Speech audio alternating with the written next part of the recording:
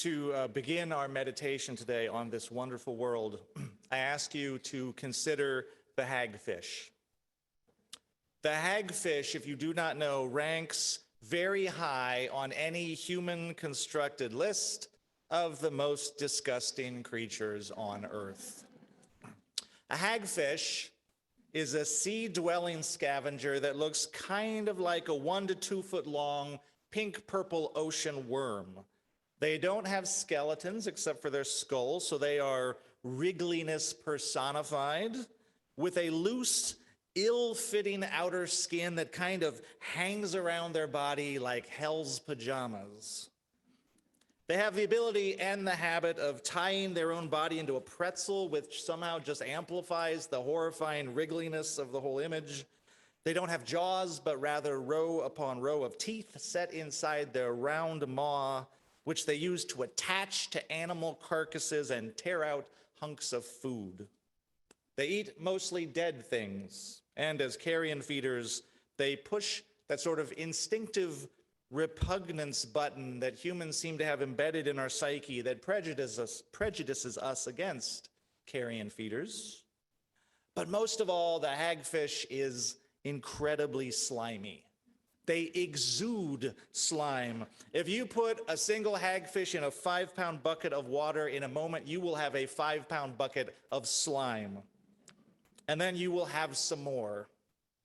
So hagfish are then, by some estimations, slimy, fleshy-colored, bottom-feeding, wrinkly, toothy nightmare tubes. They tend to provoke disgust in humans. But consider this. Hagfish have been around for a long, long time.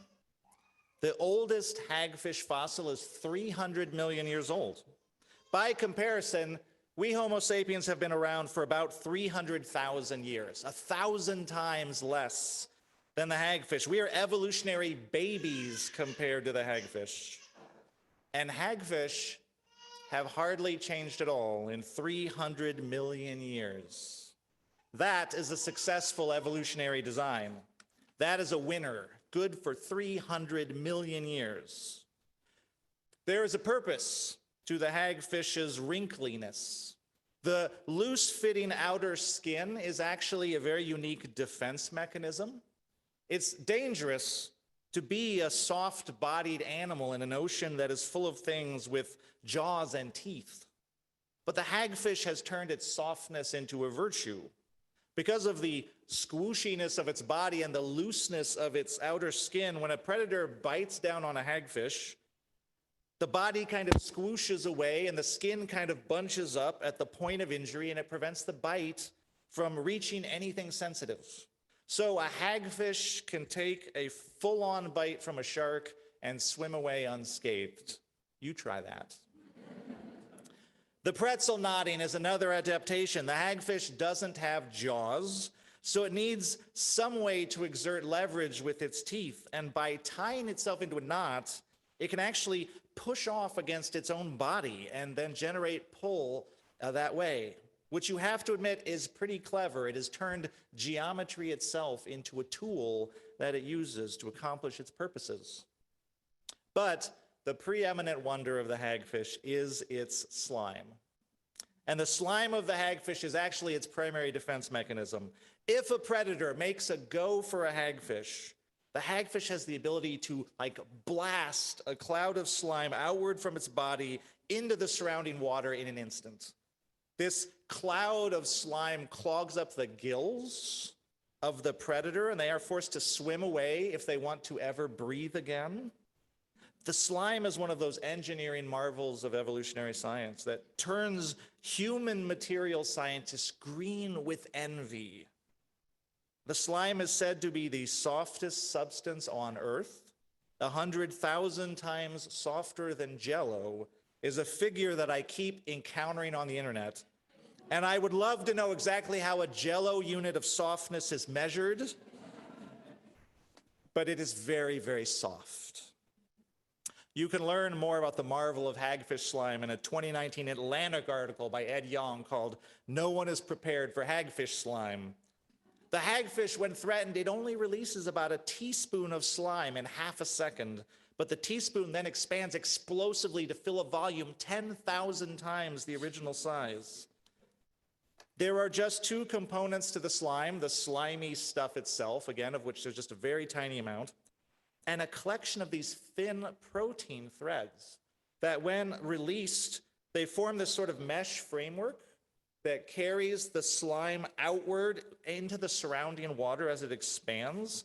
And so the slime is mostly a lot of nothing carried by this mesh framework, which is why it feels so insubstantial, so soft. But at the same time, it's absolutely everywhere, coating everything. And Young writes, the protein threads that give the slime cohesion are incredible in their own right. Each is 1/100th the width of a human hair, but can stretch for 4 to 6 inches. They're incredibly strong. And within the slime glands of the hagfish that's going to release this thread, each thread is coiled like a ball of yarn within its own tiny cell. Young says this is a feat akin to stuffing a kilometer of Christmas lights into a shoebox without a single knot or tangle when you remove them. I can't even get one strand of Christmas lights into a box. No one knows how the hagfish accomplishes this miracle of packaging. So then the hagfish has weaponized softness and efficient packing. Two things that I would not have imagined could be combined in this way, and the slime defense mechanism works very, very well. You could go on YouTube and watch live, like ocean camera recordings, of one hapless fish after another trying to snack on a hagfish and swimming away with a mouthful of goo, looking very confused. And now that you know this, I can't imagine you're going to spend your afternoon any other way. This is all good for the hagfish, but it turns out it's also good for the ocean. As carrion feeders, the hagfish actually perform an incredibly important function in the ecosystem. They clean the bottom of the ocean of dead things remarkably well, making the whole environment more sanitary for everyone.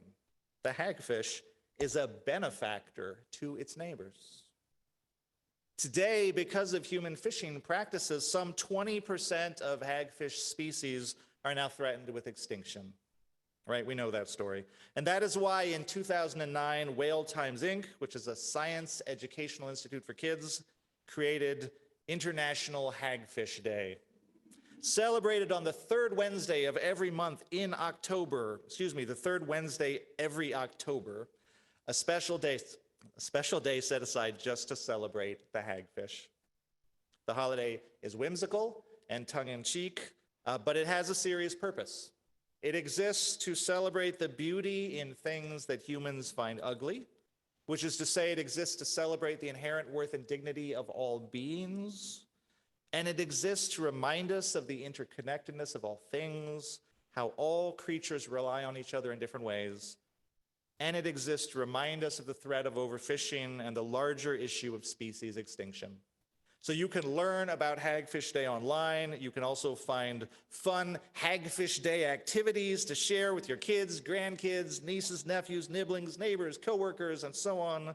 You can even Google hagfish cake and see what bakers have done with that concept. Now, in the poem that makes our second reading, Ralph Waldo Emerson celebrates the rhodora, which is a lovely wild shrub covered with delicate purple flowers and exuding this pleasing fragrance. It's beautiful. And the poet reflects that the flower doesn't need to be justified by any purpose other than its beauty. If eyes were made for seeing, Emerson writes, then beauty is its own justification for being.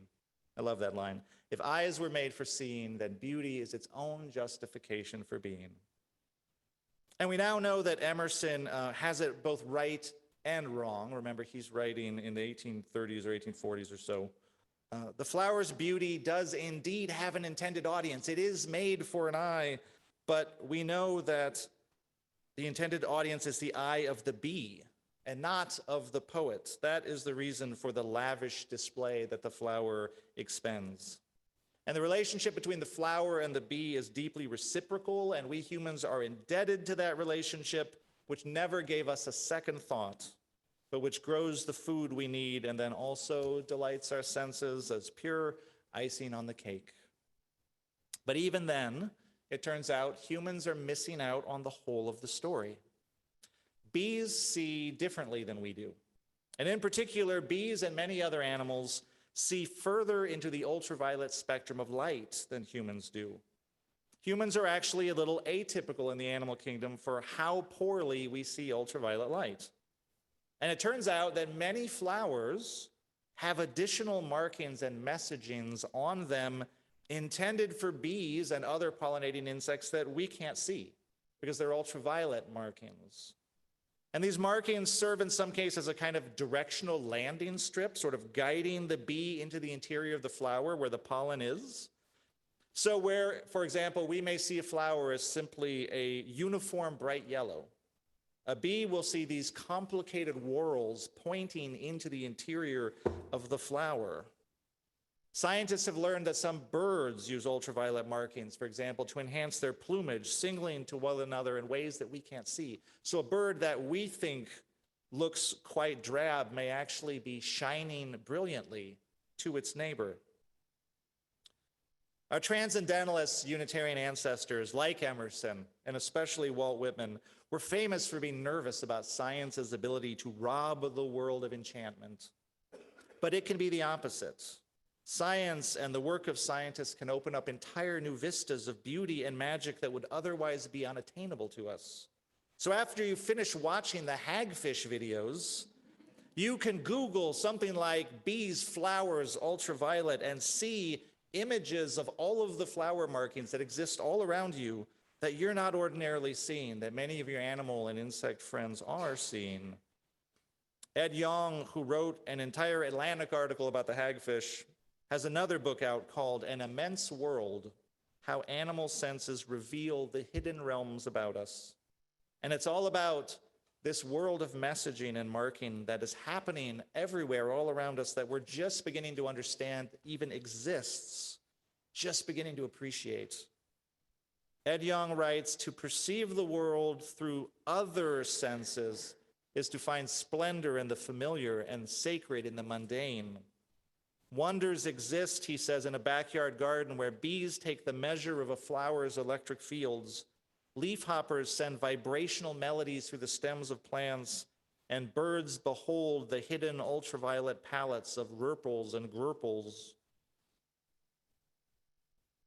Emerson tells us that the same power that made Ralph Waldo Emerson made that flower. We are all just life unfolding, mysterious, worthy, and wonderful. And that said, it is easy enough, I suppose, to write a poem celebrating the beauty of a flower, even if we can't see all of the intricate beauty of that flower. But it is next level to create an entire day to celebrate the beauty of the hagfish. And I am touched, and I am heartened, and I am filled with hope by the power of the human imagination and the human heart to do both things. I think about the terrible wildfires that threatened the Sequoia National Park in 2021, and how people wrapped the ancient sequoia trees 30 feet around or more in flame-retardant materials to protect them from the fire. These trees are among the most majestic life forms on Earth. Some of them are thousands and thousands of years old. And it's easy to see why people might spring into action to save them. But then I think of the teams of Michiganders who work at night for weeks in the spring to safely ferry the migrating blue salamander across highways so they can make it from the forests where they're born to the ponds where they live.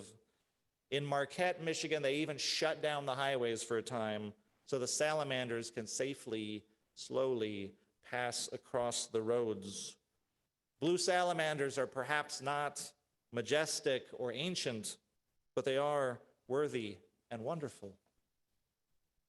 About our capacity for wonder, scientist and writer and activist Rachel Carson said, "If I had influence with the good fairy who is supposed to preside over the christening of all children, I should ask that her gift to each child in the world be a sense of wonder so indestructible that it would last throughout life." Sense of wonder, so indestructible that it would last throughout life. She said, wonder and humility are wholesome emotions. They do not exist side by side with a lust for destruction. Wonder is a source of spiritual strength, and it can feed our resolve to protect this wonderful world. And we know that that resolve is needed more urgently than ever. The latest climate report by the IPCC tells us what we already know if we've been paying any attention at all, that we humans are not acting with enough urgency to prevent the harms of climate change. In many cases, we are doing the right things. We are not doing enough. We're not doing it fast enough. We are not acting with enough urgency. We need more decisive action, which means we need more collective willpower. And wonder can fuel that urgency and that willpower.